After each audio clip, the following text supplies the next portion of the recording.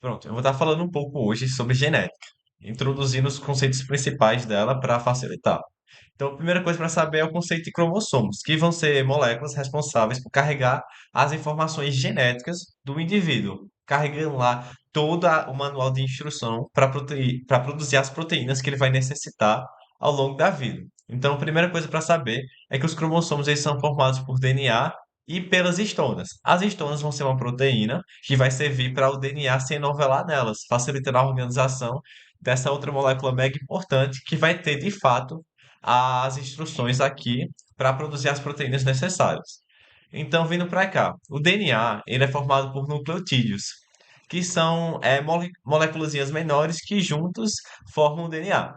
Aí o nucleotídeo, por sua vez, é formado por esse conjunto aqui, que vai ser o quê? O fosfato, a pentose e a base nitrogenada.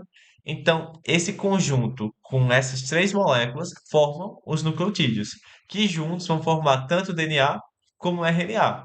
Então, o que que acontece? O nucleotídeo sempre vai ter um fosfato ligado a uma pentose, que vai estar ligado a uma base nitrogenada. Então, esses três elementos sempre vão estar presentes no nucleotídeo. Mas a pentose, ela pode variar. Por quê? Dentro dos ácidos nucleicos vão ter tanto DNA como RNA. Isso a gente vê em bioquímica. Se você não está entendendo isso, você tem que ver isso em bioquímica. Aí o que acontece? Quando a gente vai falando do DNA, a pentose, que vai ser um carboidrato de 5 carbonos, pentose, 5 pente, 5 carbonos, vai ter tanto a desoxirribose como a ribose. Aí quando for o DNA, a pentose vai ser a desoxirribose e quando for RNA, vai ser a ribose. É só pensar, DNA começa com D, desoxirribose, RNA começa com R, ribose. E essa pentose, por sua vez, ela vai estar ligada a uma base nitrogenada.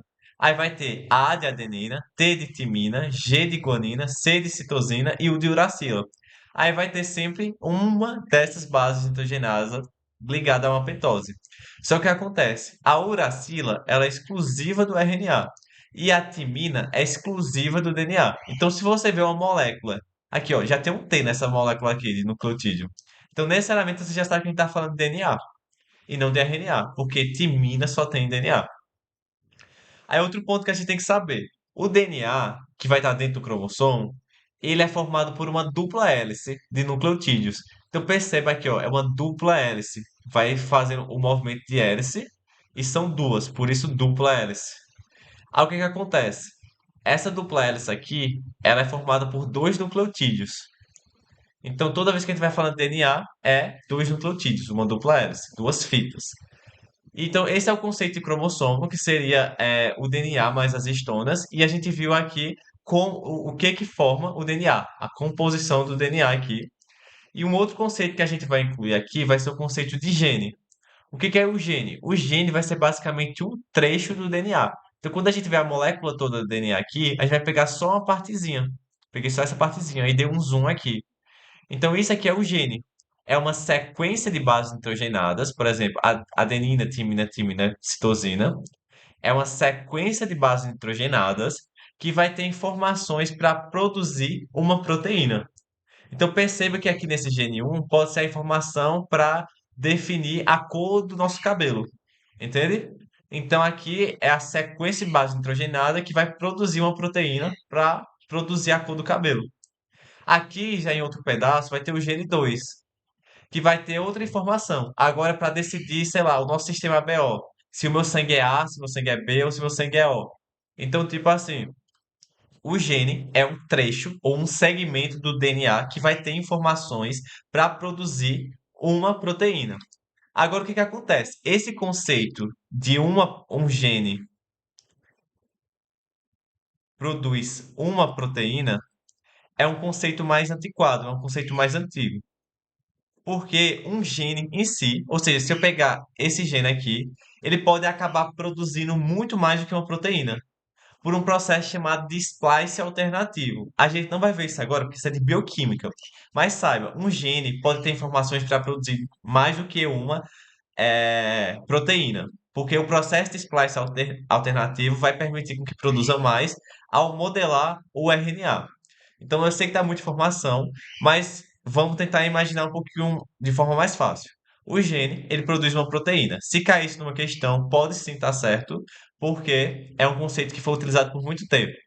Só que o que acontece? O gene também, uma molécula de DNA, uma sequência, ele pode produzir primeiro um RNA.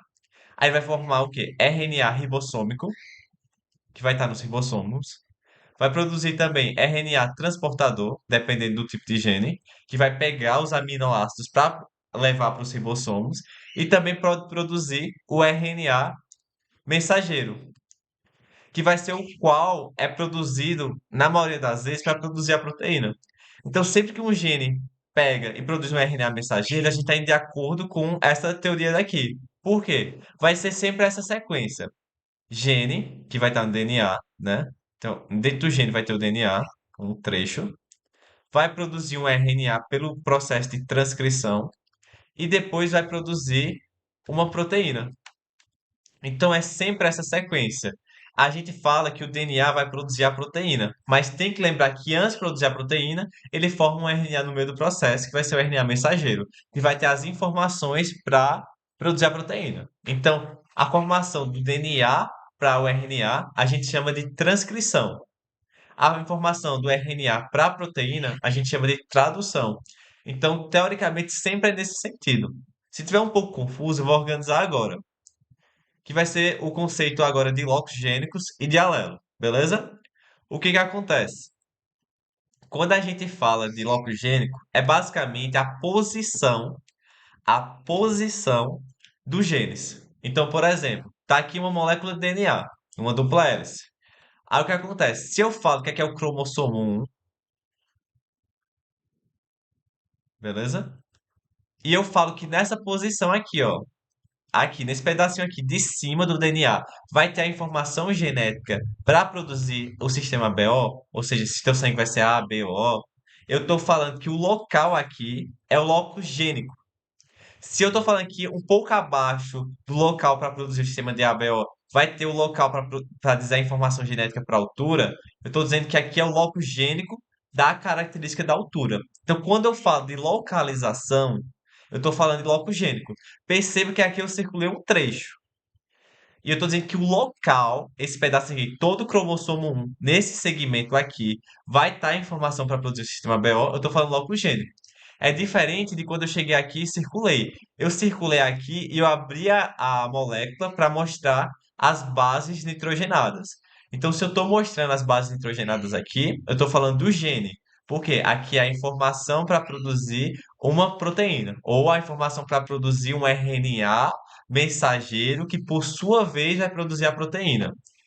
Então, é nesse sentido. Quando eu falo que é o local, a posição, eu falo locogênico. Quando eu falo que é a informação para produzir um RNA ou uma proteína, eu estou falando que é o gene, beleza? Uma outra coisa que é importante ressaltar aqui. Se vocês perceberem, eu mostrei aqui o quê? Que na hora que eu abrir o gene, vai ter uma sequência A, T, T, C, que vai parear com outra. Adenina com timina, citosina com guanina. Mas perceba que a adenina com a timina faz duas pontes de hidrogênio, uma ligação intermolecular. Enquanto que a citosina com a guanina faz três pontos de hidrogênio. O que isso significa? Que é mais fácil eu quebrar a ligação de adenina-timina do que a ligação de citosina e guanina. Por quê? Citosina e guanina tem três pontos de hidrogênio. Isso, inclusive, já caiu numa prova do Enem. Então, é muito importante saber disso. Então, na hora de desnaturar, a adenina e timina é mais fácil de quebrar. Então, vamos dizer assim, uma molécula que tem 40% de timina. Então, necessariamente, ela vai ter 40% de adenina, porque é pareado. Então, deu o quê? 40% mais 40%, 80%. Então, sobra 20% das bases nitrogenadas da molécula. Então, vai ser dividida em 10% de citosina e 10% de guanina, no exemplo que eu estou dando aqui. Agora, eu vou dizer que tem uma outra molécula que vai ser o inverso. Vai ser 40% de citosina, então necessariamente vai ter 40% de guanina, já que é pareado, 10% de timina e 10% de adenina. Então vamos dizer que tem dois DNA. Esse daqui vai ser para o gene 1, então esse aqui vai ser o gene 1 aqui. E esse trecho aqui, deixa eu puxar aqui, deixa eu só Um segundo. É só eu pegar esse trecho aqui, ó, e vou dizer que é dessa molécula e esse aqui é dessa molécula. Obviamente, eu só peguei um trechozinho aqui dela, mas vamos dizer que ela é maior do que essas quatro. Então, ó, vamos dizer que aqui é o gene 1, que vai ter essa informação genética. E vamos dizer que tem mais do que essas quatro bases nitrogenadas. Só que a composição desse gene 1 é 40% timina, 40% adenina e 10% citosina e guanina. Enquanto que o gene 2 vai ter essa composição aqui de guanina e citosina e adenina. Qual dessas moléculas vai ser mais fácil para quebrar? Para ter uma desnaturação? Quando a gente faz essa pergunta, com certeza vai ser a primeira molécula. Porque perceba, 80% das bases nitrogenadas é de adenina e timina, que só tem duas pontos de hidrogênio. Enquanto que na outra aqui, 80% é de citosina e guanina. Então, teoricamente, é mais fácil quebrar essa, porque aqui tem mais de duas e aqui tem mais de três. Obviamente, aqui não é só essas quatro, não. Tem muito mais bases nitrogenadas, entende? Mas é só para dar um exemplo. Isso é muito importante também. Dando continuidade aqui. A gente já viu o conceito de cromossomo, que é DNA mais histonas, genes, que vai ser a questão de um trecho do cromossomo, um trecho do DNA, que vai ter informações genéticas para produzir um RNA ou uma proteína. Se diz que vai produzir uma proteína, necessariamente produzir um RNA antes, só para vocês saberem. Aí vai depender de qual conceito você está usando. A gente viu o conceito de locogênicos, que vai ser o local, a posição, em qual cromossomo está, em qual parte do cromossomo está, a informação genética para uma característica. A gente conheceu isso como locogênico. E fora isso, a gente vai ter o alelo. Mas, por exemplo, para a gente falar de alelo, a gente tem que entender que essas informações genéticas, esse gene, sempre vai ter uma relação com uma característica. Então, por exemplo, aqui, vou dizer que esse gene aqui vai ter uma característica de altura. Vou dizer que esse trecho daqui agora que eu vou puxar, ele vai estar relacionado com a cor do cabelo. Então, o gene aqui, a sequência base nitrogenada vai estar dando informação para a cor do cabelo. A posição vai ser essa aqui central, que vai ser o locogênico, no cromossomo 1. E o que que acontece? Vocês sabem que aqui tem informação para a cor do cabelo, mas dentro da cor do cabelo vão ter variáveis. O cabelo pode ser ruivo, pode ser loiro, pode ser preto. Então, vai ter várias variáveis de acordo com a cor do cabelo. E essas variáveis, como pode sair esse gene, a gente chama de alelo. Então, por exemplo, aqui eu disse um exemplo que o cabelo dessa menina aqui seria azul e o cabelo dessa menina aqui seria preto. Então, como é que seria isso?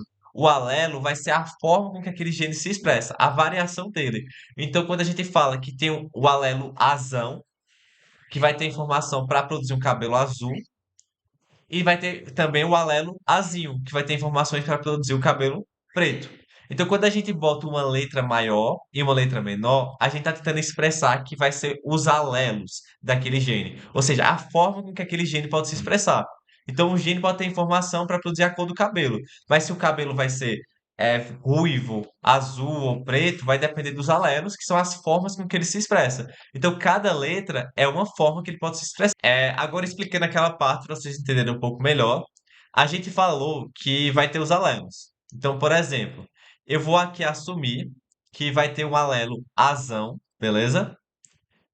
E vai ter um alelo azinho, que vai estar determinando a cor da pelagem dos coelhos. Eu vou dizer que o azão, nesse caso aqui, ele vai dar um coelho mesclado, enquanto que o azinho vai dar um coelho branco. Então, como é que seria isso? Sempre que tiver informação aqui do azão no indivíduo, o alelo azão, eu vou estar dando instruções para o organismo produzir a cor mesclada nele. E sempre que ele tiver o azinho, vai tendo informações para produzir a cor branca. Então, vai ser basicamente isso, a informação genética que vai ter para eles. Mas o que acontece? Nem sempre vai ter uma relação de ausência e dominância entre eles. Na maioria dos casos, vão ter dominância. Ou seja, um vai se sobressair sobre o outro. Então, quando a gente bota a letra maiúscula, a gente está representando que esse aqui, o mesclado, é dominante em relação ao branco. Como é que isso significaria? Se a gente cair o genótipo azão, azinho, a gente aqui no azão vai ter informações para produzir a cor mesclada, e no azinho a gente vai ter informações para produzir a cor branca. Então, azinho branco e azão mesclado. Mas vai ter um conceito chamado dominância, que vai dizer qual se sobressai nessa situação. Então, nesse caso aqui, o que se sobressai é o azão. Então, o azão tem a dominância. Então, a cor do coelho vai ser mesclado. Então, sempre que sair o genótipo azão, azão ou azão, azinho, vai sair a cor mesclada, porque o azão é dominante em relação ao azinho. E sempre que sair azinho, azinho, a gente vai ter a cor branca, porque não vai ter o azão para atrapalhar a expressão desse gene. Então é basicamente esse o conceito de dominância. Vai ser um alelo, que vai ser o azão, que vai ser sobressaente em relação ao outro alelo. Então o alelo azão mesclado é mais forte para a expressão do que o azinho. Então como é que isso funcionaria na prática? Vou botar o indivíduo que tem o azão, azinho e o indivíduo que tem o azinho, azinho. Então, nesse caso, no DNA desse indivíduo aqui mesclado, ele vai ter esse azão, que vai ter informações genéticas para produzir um RNA. E o nome desse processo de transformar o DNA em RNA, a gente chama de transcrição, beleza? E do RNA para a proteína, a gente vai chamar de tradução. Então, como é que vai funcionar isso?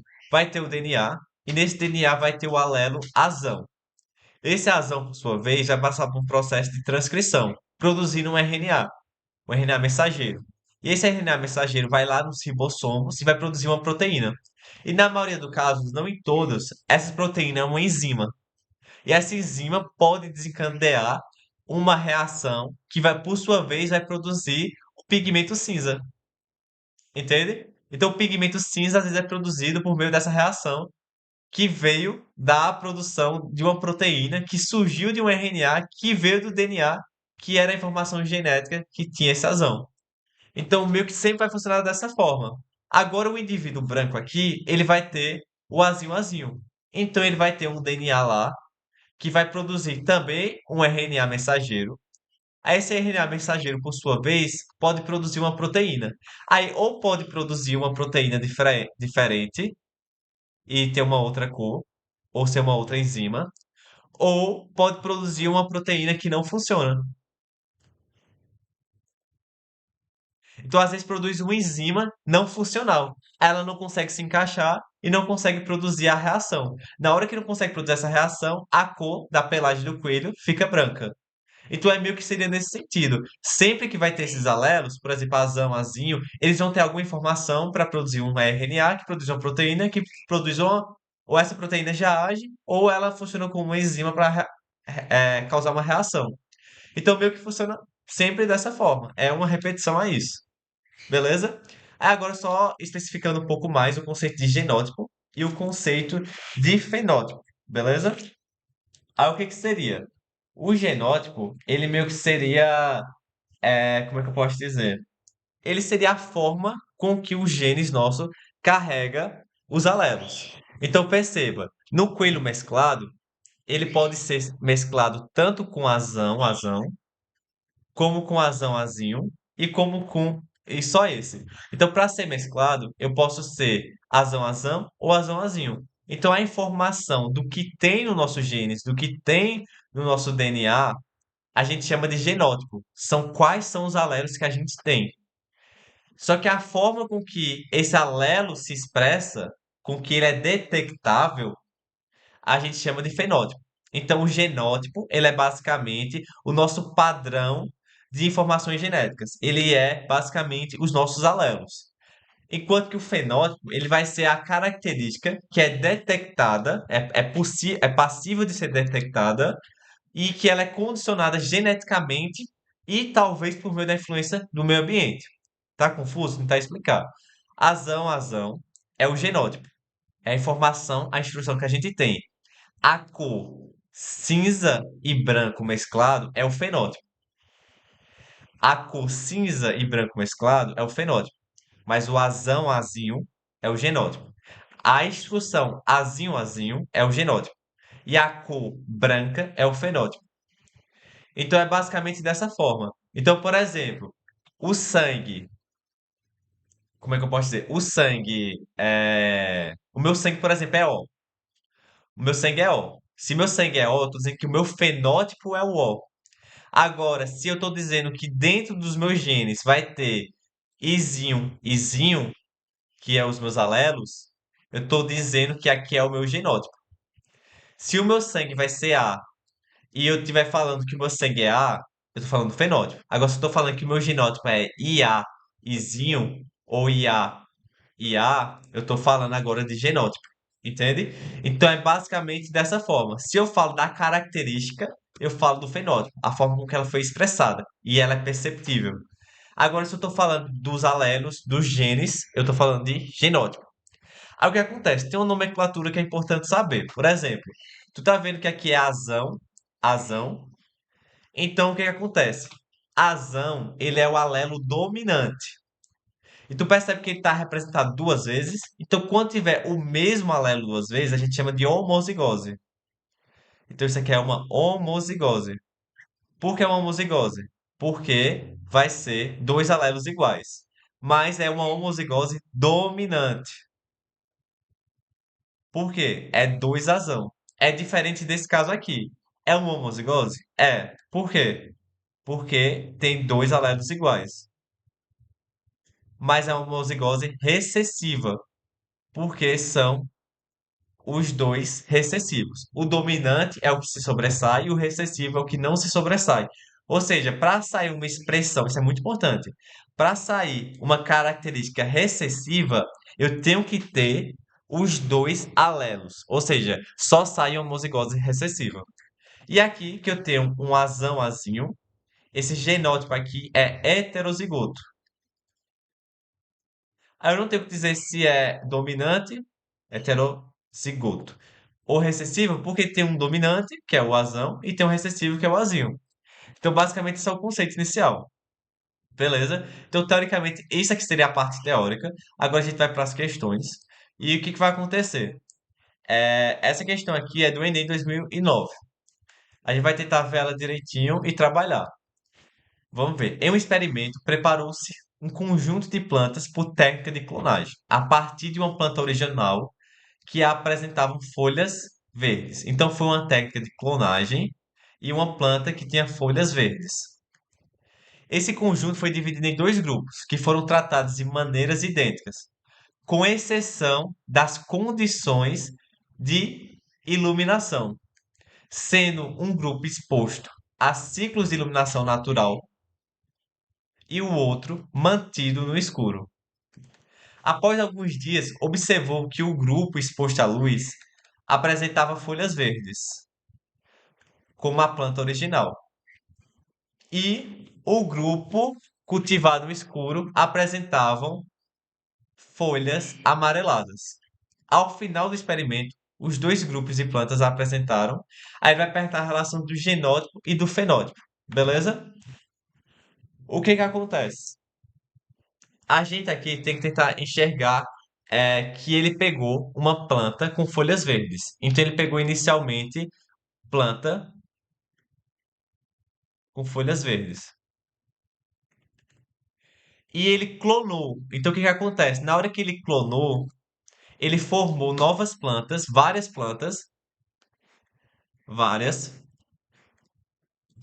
com o mesmo genótipo.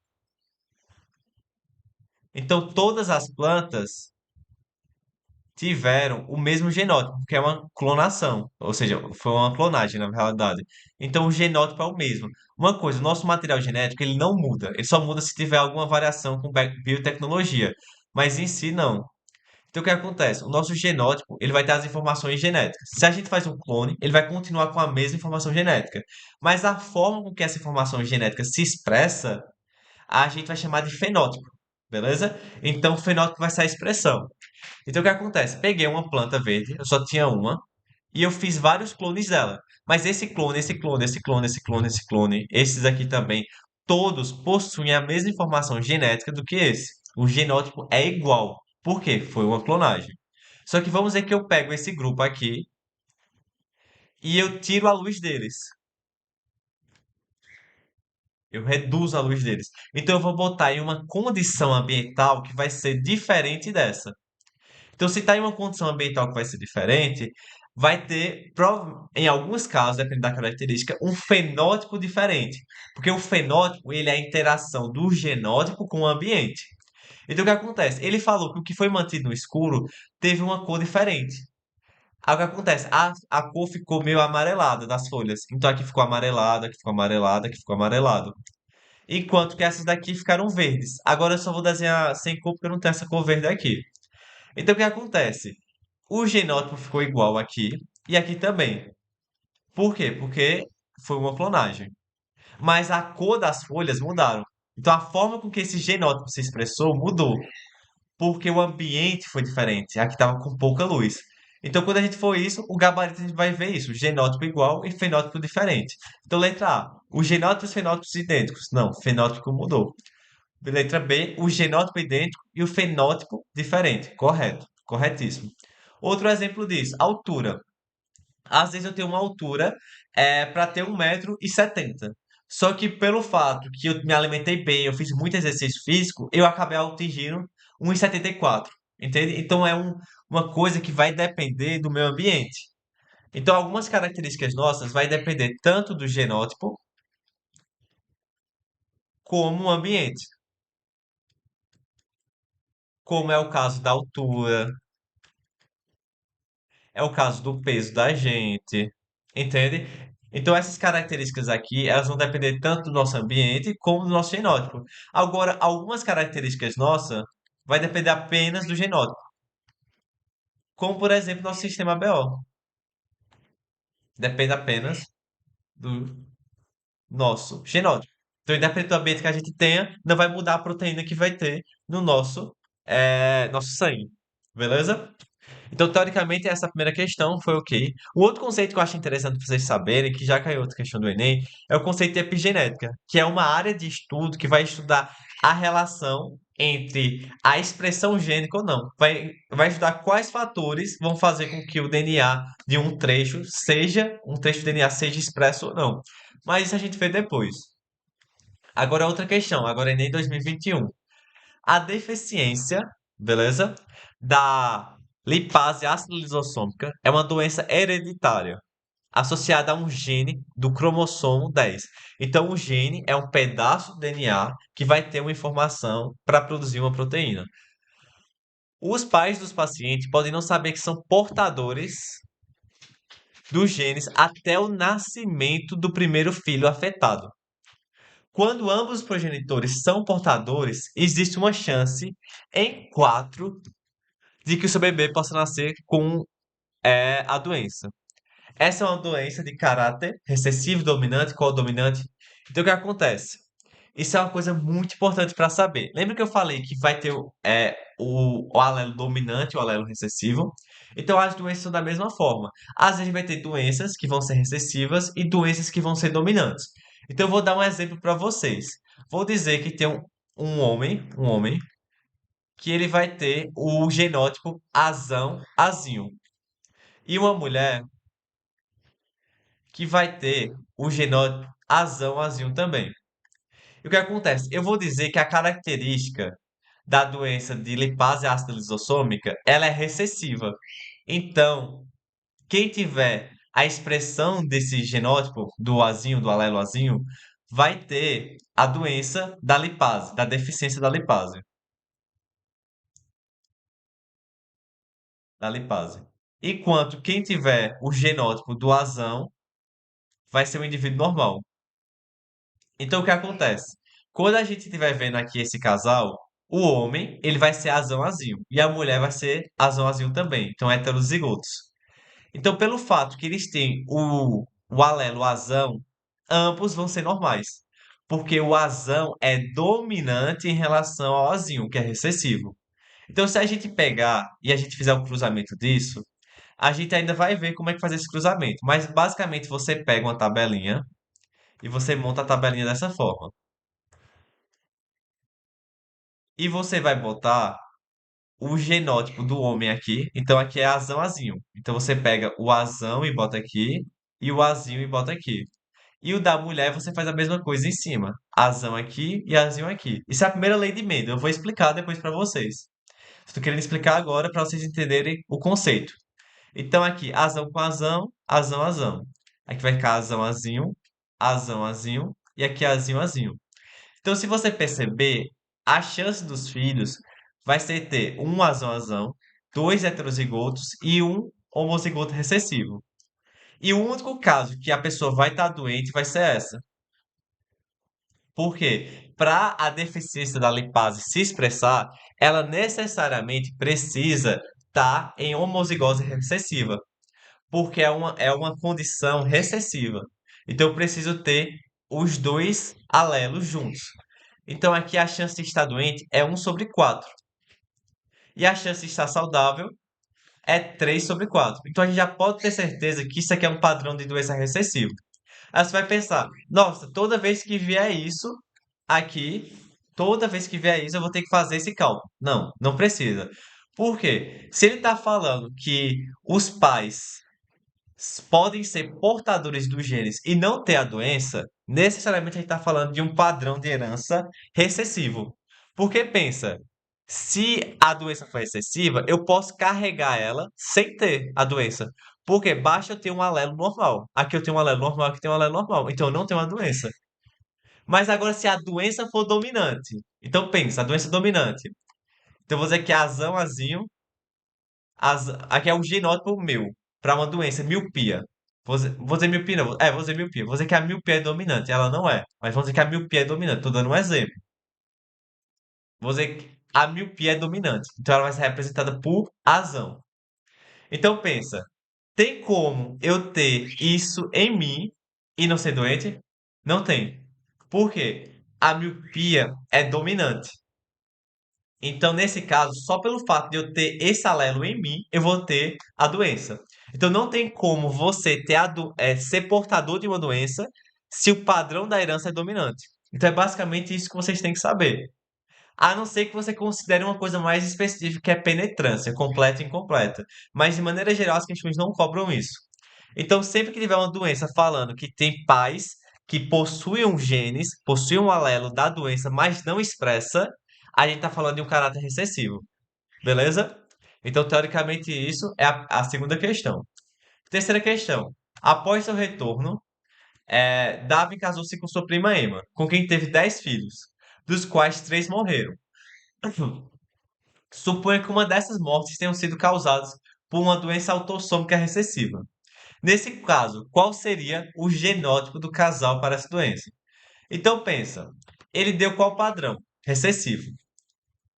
Então o que acontece? Ele falou que ele casou-se com sua prima Emma e teve 10 filhos, dos quais 3 morreram, e apenas um foi por causa da doença autossômica recessiva. Então, necessariamente, o genótipo do casal precisa ser heterozigoto, porque eles não têm a doença, entende? Somente os filhos tiveram. Então, quando ele fala isso, a gente vai ter certeza que vai ser heterozigoto. A questão ainda podia deixar mais claro, dizer, não, é o padrão, eles eram saudáveis. Mas como eles não disseram que eram doentes, a gente tem que presumir que Davi e Emma eram saudáveis. Então, vem justamente o mesmo caso, pais saudáveis que tiveram filhos doentes. Então, no caso, o padrão de herança recessivo. Então, os pais precisam ter azão, azinho e azão, azinho. Não pode ter assim, azão, azão e azinho, azinho. Porque se tiver esse tipo de cruzamento, todos os filhos vão ser heterozigotos. Porque vem um do pai, então quando eu vou fazer isso, vem um do pai e vem um da mãe. Eu não posso dar dois do pai e dois da mãe, não. Sempre tem que vir um do pai e um da mãe. Mas você vai ver isso em primeira lei de Mendel. Próxima questão. Agora é uma questão mais conceitual. Ele basicamente vai querer que a gente pegue e enquadre o conceito na parede aqui. Então vamos ver. Expressa-se mesmo em heterozigose. Então ele está falando de algum alelo que, mesmo se tiver heterozigose, vai se expressar. Então necessariamente vai ser o alelo dominante. Porque o alelo dominante, ele vai ter como? Ele pode ser o azão, azão, ou o azão, azinho. Então, o alelo azão, ele vai se expressar tanto em homozigose como em heterozigose. Então, aqui, alelo dominante. Pareia-se durante a meiose. Isso aqui a gente vai ver de cromossomos homólogos. Então, vai ser o 5. mas a gente vê isso depois que está dentro de bioquímica, de citogenética, na realidade. Mas basicamente, quando a gente vai fazer a divisão celular, os cromossomos homólogos, eles ficam pareados assim. Aí, esse trecho aqui é puxado para um lado e esse outro trecho aqui é puxado para o outro lado. Aí são os cromossomos homólogos, porque a gente tem um par de cromossomos sempre. Então tem um par um, par 2, par 3, par 4. Então esses cromossomos homólogos do mesmo par vão se parear durante a meiose. Continuando, conjunto de características morfológicas ou funcionais do indivíduo. Então a gente está falando aqui já de fenótipo, porque aqui vai ser a expressão do genótipo, é o conjunto. Tipo assim, a cor do meu cabelo é minha característica morfológica. É, sei lá, a cor dos meus olhos, minha altura, meu peso, entende? Isso aí vai ser minhas características que vão ser com base no meu fenótipo. Então já foi cromossomos homólogos, alelo dominante e fenótipo. Local ocupado pelos genes no cromossomo. A gente aqui tinha falado sobre isso aqui, ó. O local ou a posição aqui vai ser o locus gênicos, locus, local. Então a gente já pode marcar aí 6. Constituição genética dos indivíduos. Isso é o conceito puro de genótipo. Porque vai ser a constituição genética, é basicamente quais alelos o indivíduo vai ter, quais genes o indivíduo vai ter, qual sequência de bases nitrogenadas o indivíduo vai ter. Então, isso aí é mais nada do que o nosso genótipo. E expressa-se apenas em homozigose, é o que sobra, alelo recessivo. Beleza? Então, o gabarito dela, 352,614. Letra D. Já foi essa. Aqui eu acabei duplicando. Pronto. A nova aqui vai ser um pouquinho mais difícil essa, mas é muito interessante. Essa é a cara do Enem. Lendo a questão, sabe-se que determinada doença hereditária que afeta humanos é causada por uma mutação de caráter dominante. Então vai ser o alelo azão em um gene localizado no cromossomo autossômico. Autossômico é um cromossomo não sexual, porque a gente tem 23 pares de cromossomos, mas 22 são autossômicos e um par é sexual, que é o X e o Y. Três indivíduos foram investigados e abaixo estão os alelos encontrados por esse locus. O locus é a posição e os alelos vão ser a forma com que aquele gene pode ser expresso. Então ele quer saber aqui, saber dessas informações, assinala a alternativa correta.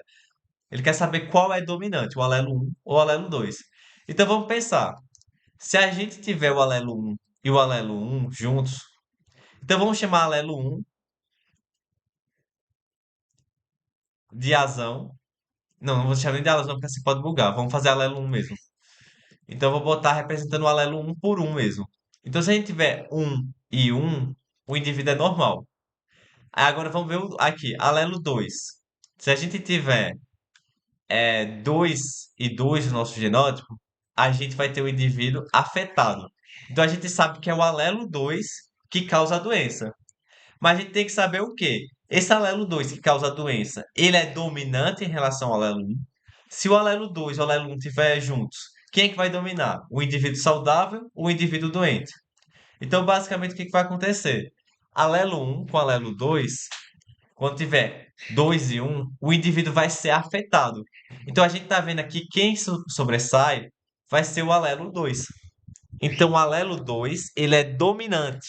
Então, se a gente fosse representar o 2 a gente representaria ele como azão. E o um a gente representaria como azinho. Porque o alelo 2 ele se sobressai na expressão gênica. Então, só repetindo. Quando o indivíduo só tem um alelo um nele, em homozigose, ele é normal. Quando ele só tem um alelo 2 nele, ele é doente. Então, a gente já percebe que é o alelo 2 que é responsável pela doença. E quando o indivíduo apresenta em heterozigose, ou seja, o alelo um e o alelo 2 juntos, ele é doente também. Então, a gente está vendo aqui que quem se sobressai é o alelo 2. Ele se expressa mesmo tendo o alelo um ao lado dele. Então, ele é o dominante. Então, gabarito, letra B. Beleza? E agora, outra questão mega interessante vai ser essa daqui, do Albert Einstein, 2017. Então, bora ver. A fenilcetonúria, também conhecida como PKU, é uma doença genética caracterizada pela incapacidade de metabolizar o aminoácido. fenilalanina. Ó, é muito importante saber esse caso, porque ele costuma cair muito. Como consequência, há o acúmulo de fenilalanina no organismo, o que interfere negativamente no desenvolvimento cerebral e provoca deficiência intelectual. É um dos distúrbios que afeta crianças de ambos sexos. Então, não é uma doença restrita ao sexo, que é um outro tipo de padrão que a gente ainda vai estudar. Que na maioria das vezes nascem de pais normais. Então, é aquela mesma história. Como é que tem um pai normal que está tendo filho doente? Se necessariamente tem alguém doente, normal que tem filhos doentes, é um padrão de herança recessivo. Sempre que tiver isso, é recessivo. O diagnóstico, quando realizado precocemente pelo teste pezinho, é útil para estabelecer uma dieta planejada que previne a deficiência intelectual. Então, por que tem que ter essa dieta? O que acontece? Quem tem o PKU não vai conseguir metabolizar o aminoácido fenilalanina. Então, se você ingerir isso, isso vai ficar se acumulando no seu organismo e você não consegue quebrar para conseguir expulsar. Então a gente tem que pegar e evitar que a criança consuma esse tipo de aminoácido. Então por isso é importante saber isso logo desde criança, porque se você souber, ele não consome isso e não tem esses danos. Agora, se você só vai descobrir isso quando a criança já tem 8, 10 anos, aquela criança já consumiu muito esse aminoácido e se acumulou no organismo e já causou muito dano. Então por isso tem que descobrir antes. Então necessariamente é uma doença que vai ser recessiva. Então, para ela se expressar, ela tem que estar em homozigose recessiva. Aí, então, só recapitulando. Se nasce de pais normais, então necessariamente o padrão de herança da doença tem que ser recessivo e ele só se expressa em homozigose recessiva. Porque se tiver azão, azinho, quem vai se expressar vai ser o azão, que dá a característica normal. Enquanto que o azinho, azinho vai gerar o caráter da doença. Beleza? Então, meio que seria assim até agora. Dando continuidade. É, então vamos ver, são heterozigotos, só o comando, né? Considerando essas informações, pode-se inferir que os fenilcetonúricos são heterozigotos e devem seguir uma dieta com algumas restrições lipídicas. Não, proteicas, porque o aminoácido forma proteínas, então não é lipídios. E também não é heterozigoto, porque se for heterozigoto, vai ser a condição normal, já que a doença é recessiva. Letra B. São homozigotos e devem seguir uma dieta com restrições proteicas. Correto. Porque necessariamente tem que ter dois alelos, azinho, azinho, para causar essa doença. Então, teoricamente, já é o gabarito. As outras estão erradas porque está dizendo que é lipídio e porque está dizendo que pode ter heterozigoto na doença. Então, resta somente letra B.